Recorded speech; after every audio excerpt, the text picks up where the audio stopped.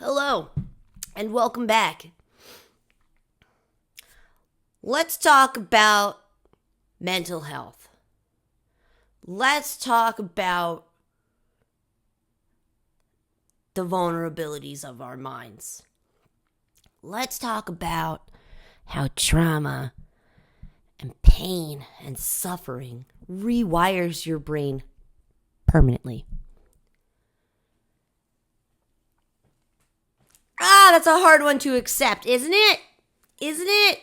Not even your fault. You didn't cause it, someone else.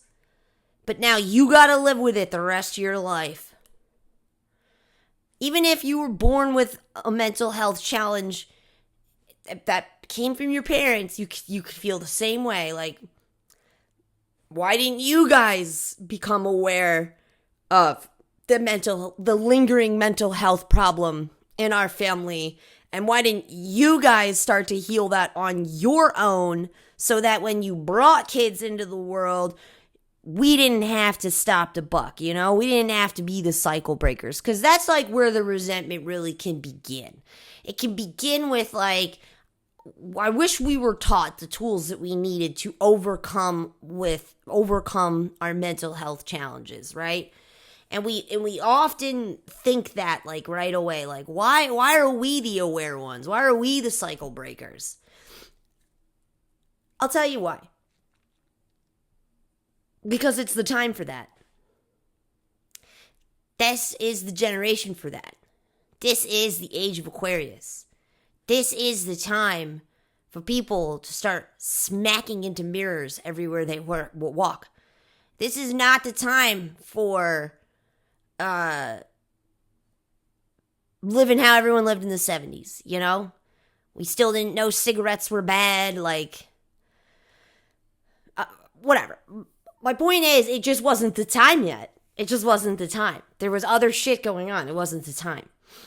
And why is it now we have this onslaught, it feels like, of awareness being bred into our society? I said being bred because it takes significant trauma. What's the word I'm looking for? Rock bottom, trauma, struggle, rock bottom, strife, pain, struggle. To gain the perspective and the awareness of what to take lightly and what's serious. I think that's why it's on us, on our right now. It's befalled upon us because we're getting a little out of control as a humanity, as a race, forgetting the truth, the freaking truth. Now, how do you discover the truth? Because from my research, my personal experiences, and people that I talk with, it's pain, it's suffer, it's loss, it's grief, it's strife. Why? Because in the face of adversity is opportunity. If you have no adversity and no personal adversity, how will you be able to step into the opportunity that is the evolution of the generation right now? They say easy living creates a weak man. And a time of war, time of resilience creates strong men. But then strong men create good times. And good times breed weak men. I believe we've reached a pinnacle point in our society where we need to abolish this weak-mindedness. And it's not what you might think, mental illness or mental health challenges. That is not what I'm talking about. A weak mind is one that it does not overcome, who succumbs, that falls under the thumb of capitalism or whatever whatever going on in the world, you want to be mad at it. You want to yell at your neighbor for putting their trash cans too close to your side of the curb. Like, that's what I'm talking about. We got too many Karens up in here. We got too many people blind to what the point of living is. Because we're so caught up in gosh darn privilege that we forget what it's like to have nothing. And you know what? Not even forget. Most people have never not had anything. So they don't even have this comparison. Oh, my car payment's so expensive this month. Why do you have 3 cars? So, I believe that we were slipping. We're slipping. And it was time for a halt in that slip. We need to return to the simplistic, which means... we need to return to the simplistic. We need to return to mindfulness. We need to return to breath work. We need to return to nature. And what are these not the prescriptions for? Mental health. So how do you create an entire generation that focuses on the simplistic and the mindful and emotions, emotional regulation? See what I'm talking about? How do you induce that? You mess with their minds. I cling to those things now. Those prescriptions, that's how I live my life. Right, because that's what the universe wants. Because we were out of balance. So this plays into the idea, the concept of accepting your mental vulnerabilities. Because they're not a punishment. You're change. You are reestablishing simplicity. The footnote away from monotone is the simplistic. Because within the simplistic is all the detail, all the beauty, everything. And we're missing it looking at what we would consider a neurotypical mind will do with the privilege of society.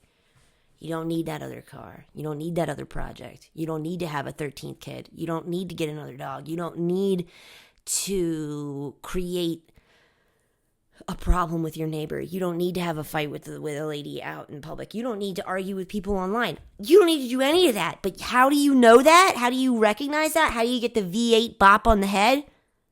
Mental illness.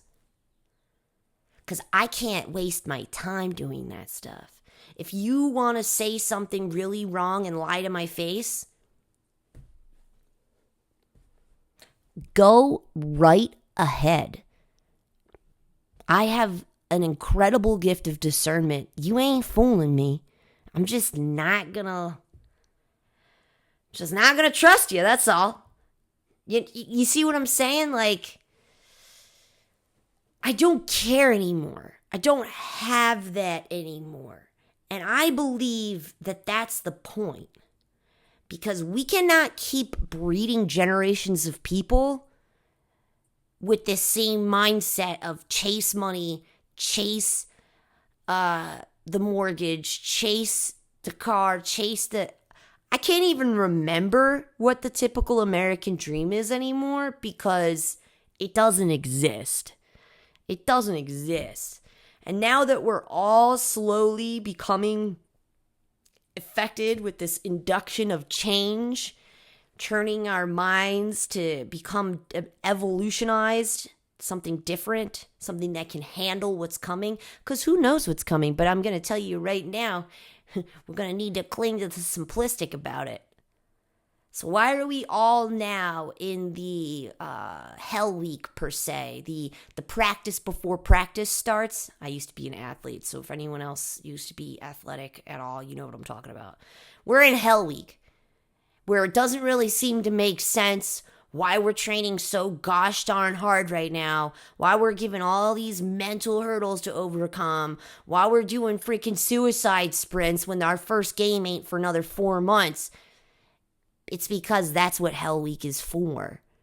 to lighten the load of practice so that when you do have regular practices with that structure and that routine, you already weeded out the weak. Because if you ever remember going out for tryouts during Hell Week, only a quarter of the people who showed up stayed to the end.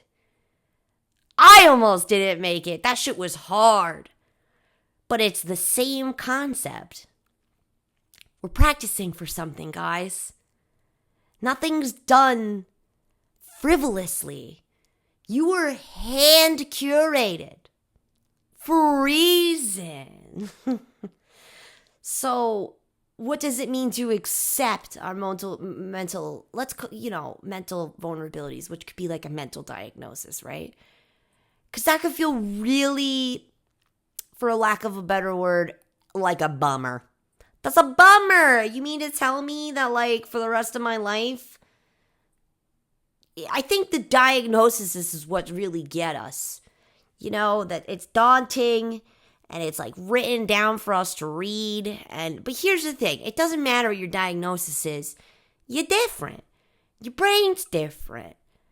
And that's a reason to celebrate. Because I don't know about you, but if I ever hung out with a normal brain person, which I don't think has ever happened, I don't seem to meet people like that. That's why I also don't understand. Like, yeah, there's people with like less trauma in their lives, sure. And like, I would consider them a little bit more mentally neurotypical, I guess, than myself. But that's just because my life needs to be a creative process of how to keep my energy and my positivity up, right? And anytime I like have a conversation with people like that, like, everybody's struggling. Everybody's suffering. Forgot where I was going with that. Oh, my bad. Let's get back to the topic here. What are we...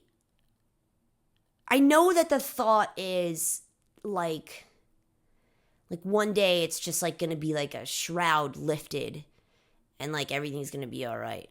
And I'm telling you, that day does exist, but it doesn't just happen. It's from you accepting your new brain and working alongside of new brain. And then all of a sudden you shift into a new reality of being where it only works for your brain. And then personally, I struggle when I include other people into that routine that don't share the same wired brain. But that's okay, because that's where boundaries and communication comes in, right? It's okay. Like, but yeah, that's a struggle sometimes. Like, my partner maybe just wants to throw caution into the wind and like only eat like a couple ribs and like go run outside and play and like whatever. Like, he could do that. That's fine. And then later on in the night, he might wonder why he can't get to sleep. I'll know why, because I'm way deeper connected with the inner workings of my body and my mind because of my mental diagnosis. You know, so I'm like, yeah, you're probably hungry. You probably didn't drink enough water. Like, you know what I mean? And like, so it still affects him, but it doesn't affect him in a way that's a poison to the mind. Like, he's just like responding as it's happening. Like, oh, I feel weird, you know? My mind will start to churn on me and become very dark and start to filter my perception of the world not right. You know what I mean? So it's very important for me to maintain that awareness of all those things. But in turn, it makes me a better partner for my boyfriend, because I can point it out. I'd be like, yeah, babe, you didn't eat enough. Don't be so upset, or don't feel like, oh, is this every day? Or, you know, how we get when we don't feel well. We're like, oh my God, what's going on? Like, and it's cool. Like, I have the ability to put like a finality on things. Like to answer an unanswered question. You know, I have that ability now. And it comes from embracing my own mental health challenges. And that's just like one example of how doing that, it does actually help other people. Because I also believe that the reason why this army of mental health sufferers or people working with this, why the army has been resurrected. Because I'm telling you, there's plenty of time I bring an awareness to someone who's never been forced to think in the ways that I do, because that's what my traumas have done. They forced me to think in the way that I do. And I'm able to bring an awareness to somebody who didn't go through trauma. They didn't hit rock bottom and ruin their lives, but they're feeling kind of uncomfy right now, and life is a little rocky for them right now, and they're unaware. And I'm able to provide an awareness. I'm like, oh, did you think maybe about that? What? See, so are we not just the guide dog service animals for the unaware? I know that sounded, I mean that in an honorable way. I'm a big dog person, so like I greatly be the humanities service dog. Like, no worries. Because, like, I'm just going to fetch you a blankie when you don't know you need a blankie. I'm not talking about, like, I'm not a canine force police officer dog. I'm not doing that. I'll sniff you out when you need, like, a snack. And I'm the self-care service dog. So, but is that not what we need right now? We need people who have mastered the art of unique, particular self-care to overcoming mental health hurdles and challenges. When you look at the state of our society, how can you tell me we're not necessary? We are beyond needed. We gotta get out of our own way, though, and stop thinking that what we have is a punishment, is a life sentence. You just scratch it out of your mind as a negative and start looking at it as evolution time. It's hard during those really challenging days. I agree. But that's why you don't think of this on the challenging days. You just get right in the mindfulness. What do you need? What do I need? What do I need? And once you get out of that, you gain some kind of reflecting perspective, don't you? I always do. And then I'm like, oh my God, my mind is like blown open. I feel closer to the source. I feel guided and loved. And I'm starting to recognize those tough days as these like reminders of the simplistic, of the reminders of mindfulness. And that's why those things, mindfulness, breath work, stillness, yoga, stretching, like that's the first thing that you get, that is the advice that's given to you when you struggle with your mental health. So how could we not see that we need a revolution of change back to the simplistic, back to mindfulness, back to focusing on our breath? Everything that we have right here, not everything outside of us. And we were doing too much of it outside of us, and we got lost. That's why our parents didn't know that they were struggling with mental health. That's why their grandparents didn't know. It's the time. Because back in the day, you could struggle with your mental health and still have a nuclear family. Now, with the way the economy is, you see what I'm saying? It's a lot harder to do shit now.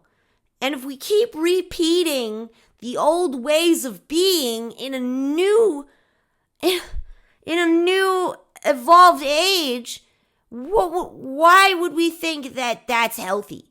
When I laugh when I was saying that, because I remember seeing so many frickin' posts right when COVID started, saying shit like, I can't wait till everything's back to normal. Don't worry, guys. It's all going to return back to normal.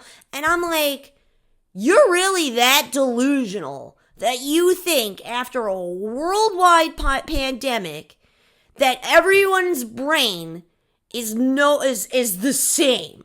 And that when you come out of this, everything's going to be the same. That scared me. And it's only because I struggled with trauma and my mental health for so many years that when I saw that the majority of people believed and clung to that idea, I feared for our future as a whole, for humanity. You really don't know that when you go through significant change, you're never the same person again. Oh, that makes me so mad. That makes me so, like, I can't. Like, y'all just found out about that? Sorry, not you guys. That's silly to me. Freaking silly. People were writing on their storefronts, don't worry, everything's going to be back to normal when it's over. No, it won't. Your freaking place is probably going to close down. You now have Grubhub inside of your restaurant. So now that it's back to normal, it's not. Because you are now a restaurant full of people plus a Grubhub thing. Beep, beep, beep, beep, beep, beep, beep, beep, beep, beep, beep, beep, beep, beep. So we've overwhelmed our society because now we've made it easier to obtain everything because of COVID. I could just pick up my phone right now. Yeah, if I want to spend $100 on a effing sandwich, I could DoorDash right now, or I could Uber Eats. And people have accepted that as normal. That same $7 sandwich that's now $50 being delivered to you is normal. I think more people need trauma. I think more people need shit like COVID. I think more people need a V8 bop in the head because what the hell are you doing? So that's our purpose. The realists, the realism, the understanding of the truth and the laws of the universe, understanding what is necessary and what's not. The acknowledgement that change is the only constant. Like, we live like that because our brains aren't even the same one day to the next. And the collective society really believes that kind of shit. So, based off of what we've talked for the last 20-something minutes up till now, can you see now why it's so important that you got mental health challenges? I know, it's hard. Even saying it now, it's like, oh, but it's such a struggle. I feel you. I understand. But how much worse off would you be if you believed what half the humanity believed about COVID? I would be scared. Are they better off? I don't think so. I don't believe that. I don't see it. It's us. The ones who have to adapt daily to a different freaking brain almost every day who know about adaptability, transmutation, stepping into one's power. Change is the only constant. Self is the only thing you need to pour into to be able to pour onto others. Like, we know and firmly believe in those truths because we live them every day. Not just when the whole of society collapses. No, we're ready.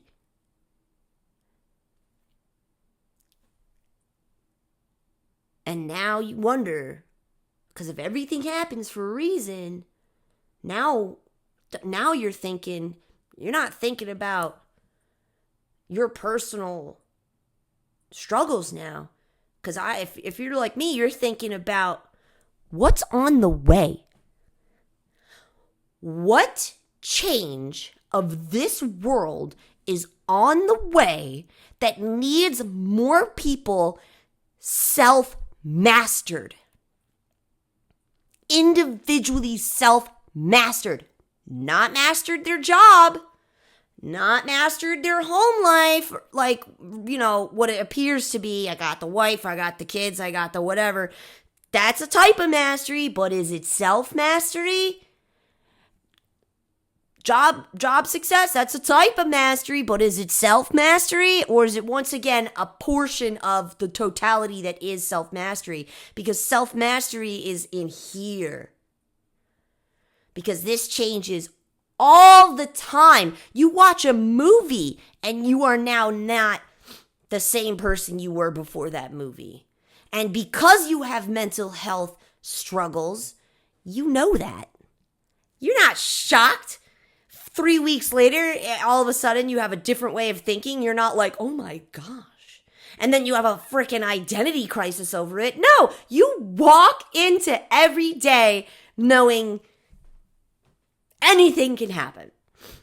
You can walk away a different person from a solitary moment, from a conversation.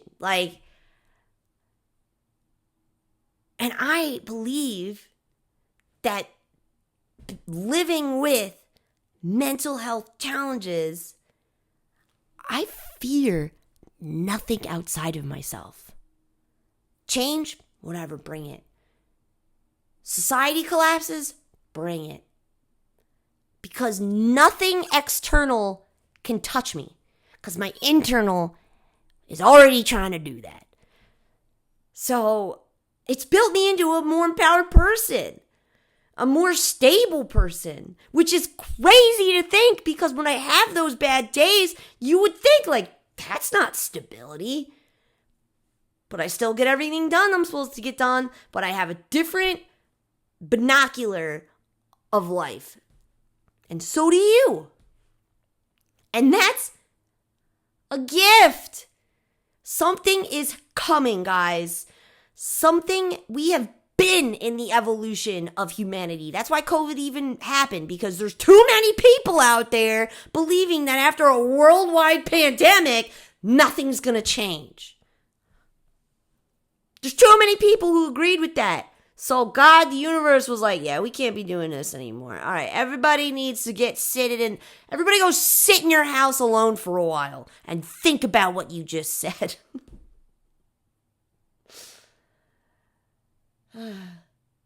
I called this before COVID too, so I hope I'm not foretelling the next pandemic. I don't believe it's going to be a pandemic. I don't believe it's going to be hellfire. I don't believe that. But a significant shift is happening inside of our society. And if you cling to the old ways or compare yourself to those that are not like you, one who's been through trials, tribulations, hellfire, then you're not going to be ready. You're going to be tethered to the old world. And when all those people start needing us for help, you would not have mastered yourself by that point. So you'll be in the same boat as them, but you have all the skill set you'll just be a little later to the game. That's all. That's really it. You're still biologically designed to bring about the evolution of change for humanity.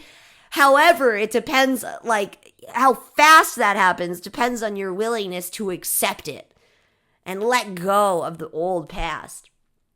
Let go. Because, yeah, I still think it's hilarious sometimes when, I hear someone be like, wow, it really helped me. You're really wise. And I'm like, thanks. I'm really wise because I'm insane. But I don't say it as a bad thing. I think it's just hilarious that people who typically, would maybe ostracize or make fun of somebody or whatever, they don't know my internal, because I'm not walking around wearing it like a badge. It's not, makes me want to cry thinking about that. We're not, look at me, I'm traumatized. Anyone who's truly traumatized, we don't do that. It's not fun for us. So, yeah, they don't know. But then I'll drop a bombshell like that changes the thinking of, let's say, a more, I'm not saying neurotypical, not, just a more typical or neurotypical brain. And they walk away with a new perspective on viewing the entirety of life. And they're so grateful for that. And I still have moments where after that interaction is over, where I think about the time where I truly went as insane as I possibly could. And I was like, this is when I learned all that stuff. And like in movies, television, whatever, we make that person, the one like locked up in a padded cell with a straitjacket on. We can say, oh, they're not good. They're not fit for society. They'd never be able to fit in society and contribute to society because, like, look at them. I contribute, not in a physical way. Thank goodness. That's what I thought you had to do before. I'm good. I'm tired. My body's good on all that. I just want to dance, okay? I don't need to be like... But I contribute because I overcame the psychosis. I'm not calling myself... I don't have psychosis. I'm just saying, like, the it's not gone. It's not gone. It's still there. But I learned to listen to it instead of demonizing it and making it seem like it's cray-cray. And I even accept and listen to what my brain's trying to tell me, even though it doesn't match the reality of things. Because that's all it needed, was to be validated. And then it integrated. And then it'll have a crazy thought. And I'll be like, you sure about that thought? And it'll be like, can we meet in the middle? And I'll be like, yeah, we can meet in the middle. We don't have to go fully one way or fully the other. We can meet in the middle. And that world of gray has given me a blessing I could not really fully explain vocally. It's a blessing. I love it. So, because yeah, our minds can be deceptive. We are not our minds, though. We are the observers of our mind. So if we can learn to observe with grace, compassion, humility, and love, that other part that's acting out acts out less and then starts to feed you with information in some way. It's all unique to the user. This is your brain programming. It's all going to be unique to the person. But that's the goal, to stop looking at it like a waste, like a burden, like this trash that needs to be taken out of our minds. It's not going anywhere. Open the door, because when you show something love and respect and validation, they change. That happens. When you do that with people, they change. I know for myself, I've changed when you feel that. You feel that love, that grace, that understanding, that validation. Just having new friends this year that truly see me for who I am. Now I'm like, I want to take better care of my hair. I bought a silk pillowcase. Like, no, they're not too directly related. It's just like, upon being seen, validated, and understood, a burden is dropped. A load is dropped. And now I can focus on something fun. Not that heaviness, right? So it does give it. So if it works for people, it works in therapy, it works for your interpersonal relationships, do it with yourself. Show the part of your mind that you deem unfavorable. Show it love. Show it the door. Show it how to sit down on your couch.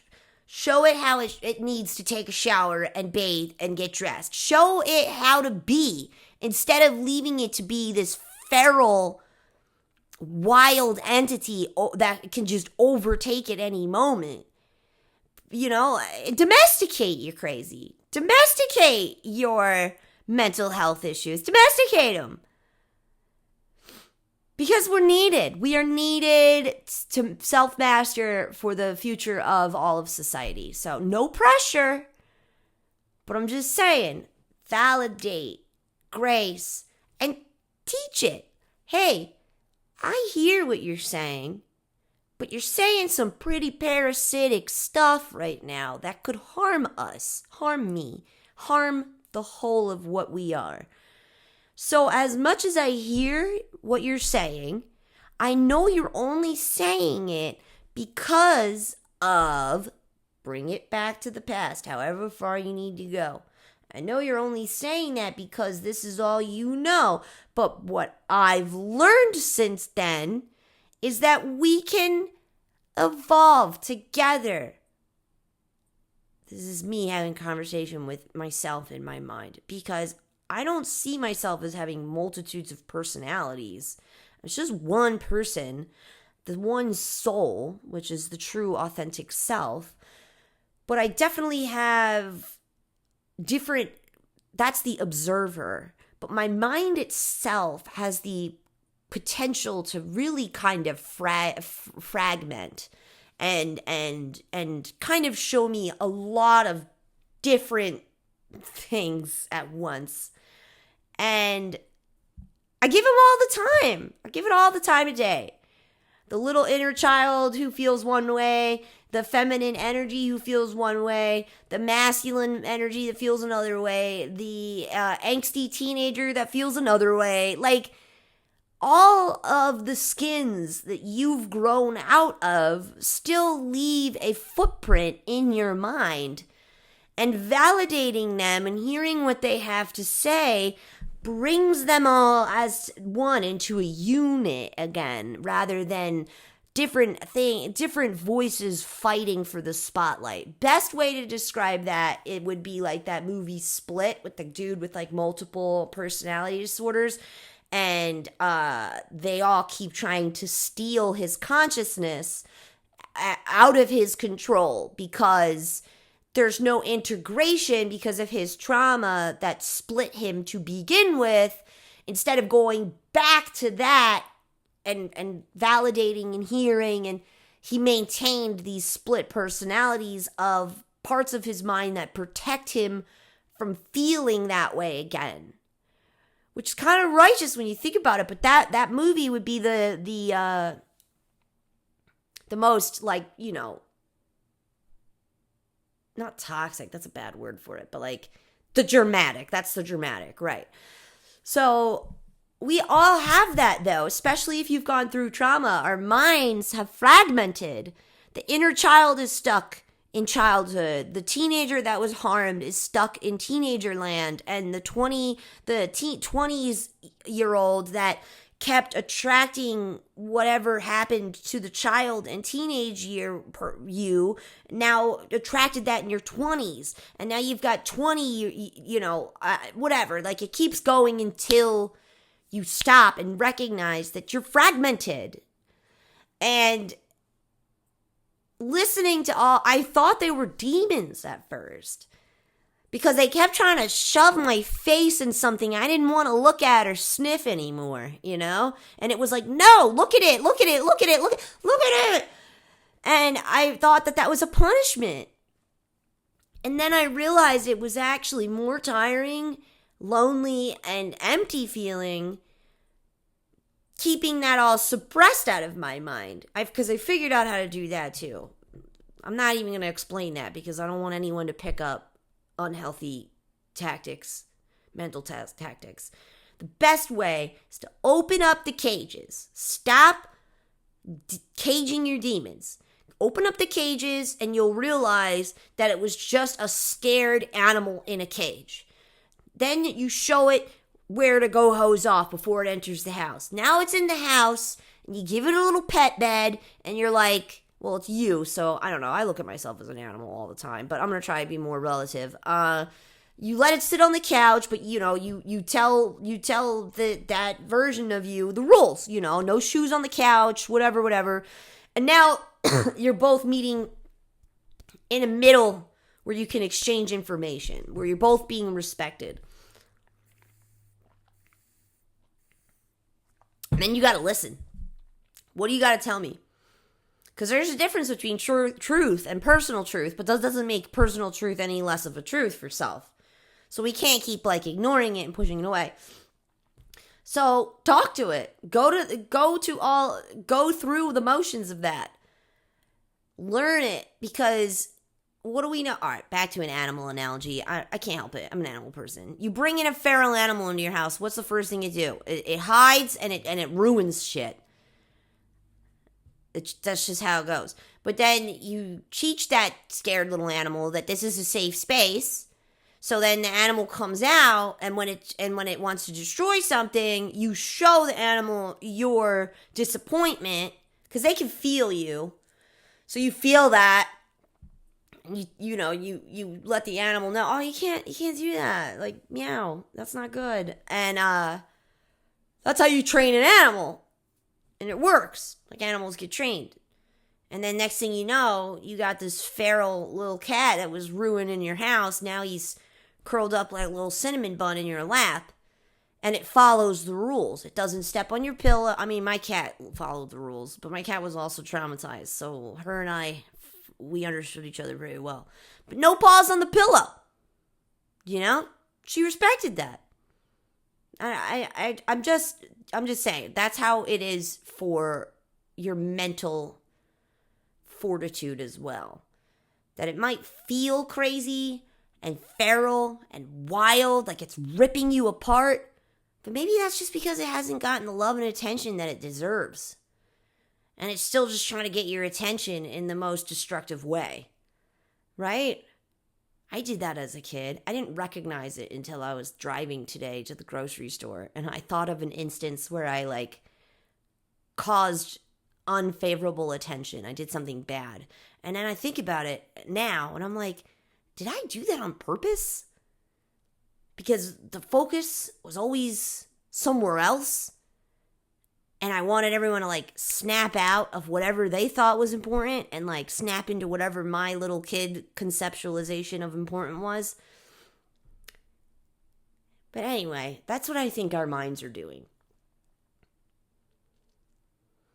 Embrace them. It's scary at first, but then after a while, it's like, I love hanging out with me, myself, and I, man. No, I don't have multiple personality disorder. I don't have that. But I have a slew of patchwork quilts of thinking because of the array of patchwork experiences I have overcome. So I could see 1,000 different routes to a place. If that makes sense. Yeah. It's kind of nice. It can be overwhelming sometimes, but if you harness it in the right way, it's a gift. And I'm still working on it, but I have faith now because I see the progress up till now. Now I've got faith that I can turn into a superhuman. I now know that. So you will not catch me embarrassed over the stuffed animal linked under my arm because I'm on my way. I'm on my way. I'm on my way to evolution with the Papa Cup. I embrace the uniqueness that is your journey because it's unique for a reason. Because it's a key that's cut. It's not a skeleton key. It can't open all the doors. It will open one, though. It'll open a door that no one else can open because no one else has that specific key cut. So just because every time you put the key in a random ass door, it doesn't open. And let's say the guy next to you has the master skeleton key and he's just opening doors left and right. But guess what? You're not missing out what's behind those doors. That's a commonplace door. That's a door that everyone can go through. So when you're like, why can't I go through that door? It's not because you're missing out. It's just it's behind you. It's not meant for you. It's not going to support you in any way. It's not for you. It's too common. You need that unique special door. And you got to keep trying the key in different doors until you find it. But the thing is, when we don't accept ourselves in totality, even when we're vulnerable, even when we're struggling with our mental health, you stop putting the key in doors because you just assume your key is broken. Your key is not broken. It's for a very unique and special door. So keep up the hope and the faith to keep trying different doors.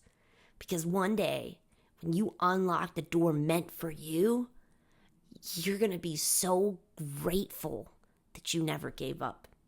trying to accept yourself, integrate yourself, learn yourself, and master yourself authentically. Keep trying. Your key is special because you're special, and we need evolutionary change, okay?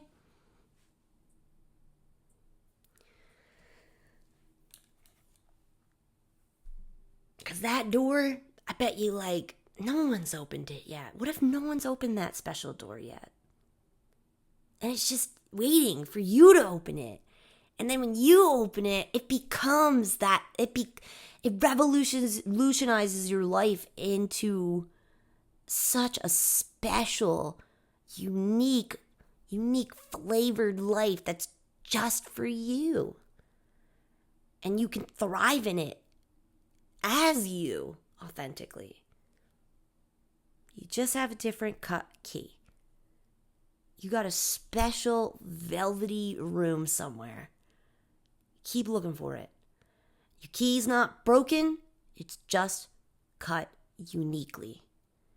Because only you are intended to open up that next door of evolutionary change. Cool, guys, cool. I am going to finish my horse puzzle. This puzzle's taking me a while. It's a hard one. I hope everybody has a good rest of your day. I hope you feel love towards yourself today. If you're watching this on the day of it's being recorded, it feels like that day. It's a little overcasty. It's giving us vibes of a little emotions. We're the day after a full moon. So cut yourself some slack and some grace. Just pump yourself full of love today. And resonate or not resonate, reverberate what we've talked about in your mind after listening to this, and seek self-love on purpose. Seek self-acceptance on purpose. And just sit with that feeling.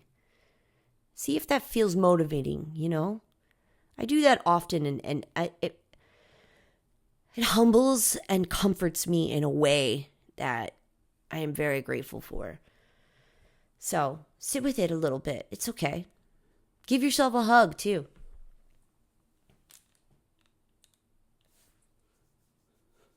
Little cheek pets. You're worth it. You deserve life. You deserve to live it. We're going to do it.